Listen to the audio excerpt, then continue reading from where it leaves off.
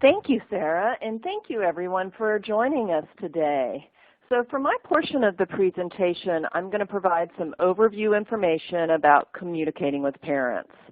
So why is communicating important? What works? What are the conditions where parents are most likely to be involved? And what are the characteristics of effective communication? And then my colleagues will follow and provide more detail around those strategies following my portion of the presentation.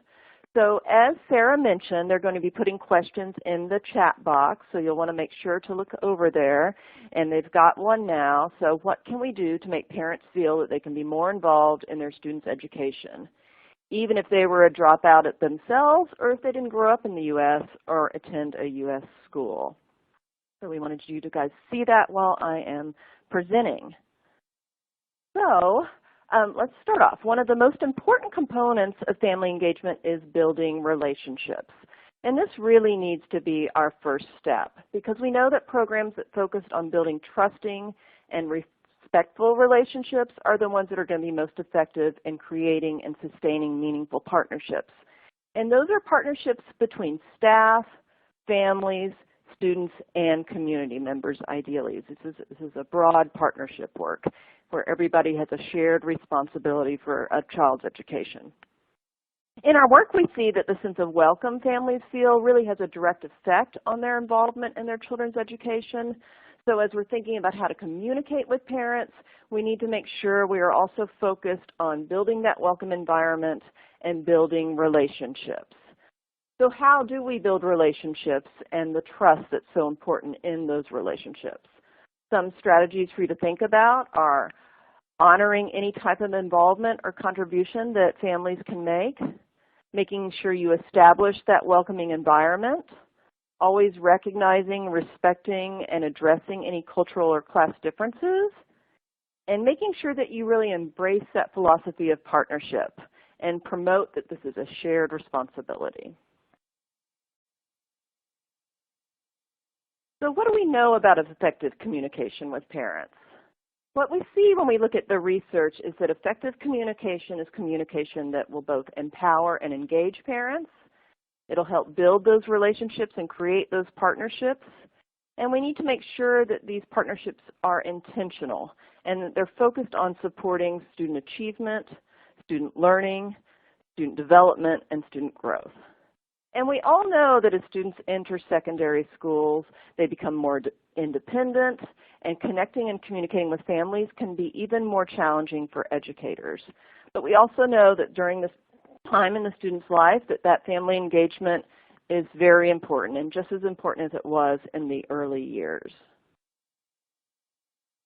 So what enables parents to be involved? Researchers have explored why parents get involved and what those conditions are where parents are most likely to be involved. And those are when parents understand that they should be involved, and that is that they have a belief that this is part of their role as a parent and they understand how they can fulfill that role. Where parents feel capable of making a contribution, and that's when they have confidence in their abilities, skills, and knowledge. And really when parents feel invited. And that's invited by the school or even invited by their children. So we find that requests and invitations from staff and students are those that are going to be most effective. So now we're going to cover characteristics of effective communication with families. And these characteristics really include interactions that are two-way. So not just one-way communication, not just newsletters out to the families, but we need to also have mechanisms where families can easily communicate back with educators. We need to make sure that those communications are specific and targeted. The districts should really think about different communication vehicles for different types of families.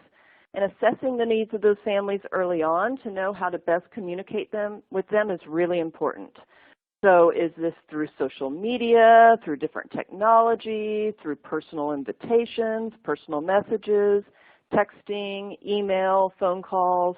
There's so many ways that we can communicate with parents, and we need to make sure that we're providing the right mechanisms for their needs, and that when we're using technology to make sure that they have access to that technology and that they're trained. We need to also really make sure that those communications are both strength-based and solution-focused. And that means that those communications should always be clear and constructive and focused on positive messages.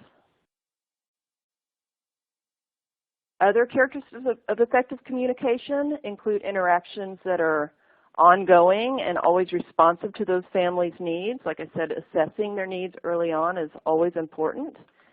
They need to be accessible to everyone and in the languages of the families served. They need to be responsive to the cultural, ethnic, racial, language, and other characteristics of those families. And we need to make sure we're using a variety of ways to communicate with families. We need to listen and learn about their culture, their interests, what are their pressing issues in their families, and really design our strategies around that context.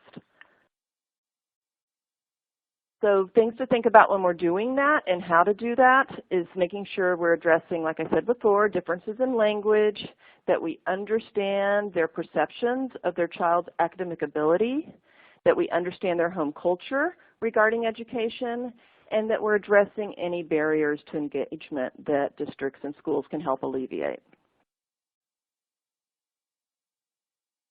And finally, as we're thinking about sharing information with parents, we need to remember that family engagement is a shared responsibility. So we need to make sure we share clear expectations for each other's roles, and those are the roles of both the families and the educators. We need to ensure communication is focused on student learning and healthy development, and we need to be focused on strengthening both the quantity and quality of our interactions with families. So districts should be thinking about how to consistently initiate communication and share knowledge that is both timely and linked to learning goals. And that's the key here. Clear expectations, timely communications, and making sure that those communications are linked to learning goals. And so with that, I'm going to turn it over to Monty Williams. Thank you.